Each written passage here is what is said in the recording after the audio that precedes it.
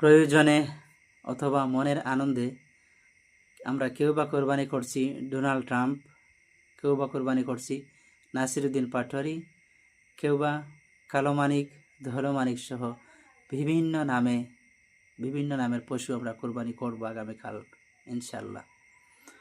তবে রে ভাই, আল্লাহ আমাদেরকে বছর দুইটি ঈদ দিয়েছেন, ঈদের দিন দিয়েছেন আমাদেরকে খুশি প্রকাশ করার জন্য, আনন্দ উল্লাস করার জন্য।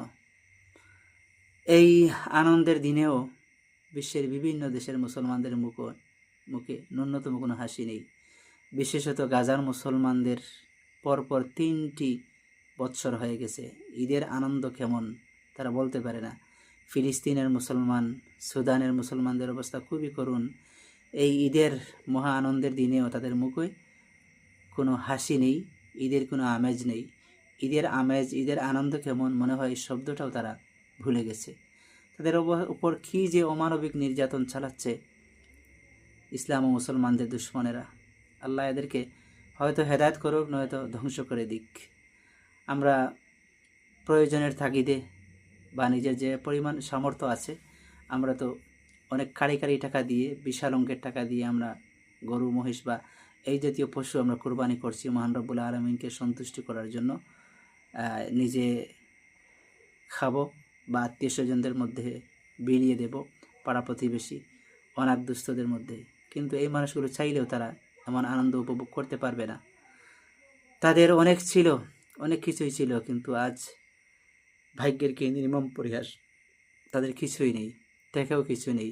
হাজার হাজার লক্ষ লক্ষ মানুষ উদ্বাস্ত, তারা খোলা আকাশের নিচে বসবাস করছে। আল্লাহ আমাদেরকে ঈদ দিয়ে যেমন খুশি করেছেন, বিশ্বের সমস্ত মজলুম মুসলমানদেরকে আল্লাহ এই জালেমের জুলমতি থেকে মুক্তি দিয়ে আল্লাহ সবাইকে এভাবে খুশি করে দিক। আমাদের দেশের ধনাঢ্য ভাইয়েন বা প্রভাবশালী ভাই যারা আছেন সবাই তো সামর্থ্য অনুযায়ী কোরবানি করছেন, 2, 3, 4, 5টা পর্যন্ত গরু কোরবানি করছেন। একটি অনুরোধ ভাই, আপনার হয়তো এই কিছু একটা পরিমাণের মাংস হয়ে যাবে, আপনি 4-5টা ফ্রিজ ভর্তি না করে আপনার আশপাশের যে অভুক্ত মানুষগুলো আছে, ঈদের দিনে অনেক মানুষ আছে তারা এক টুকরো মাংস তাদের পাতে জুটে না। সারা বছর তো কেনার সামর্থ্য নেই, কোরবানির ঈদেও অনেক মানুষ আছে এক টুকরো মানুষ তারা পায় না, একটু মাংস তারা খেতে পায় না।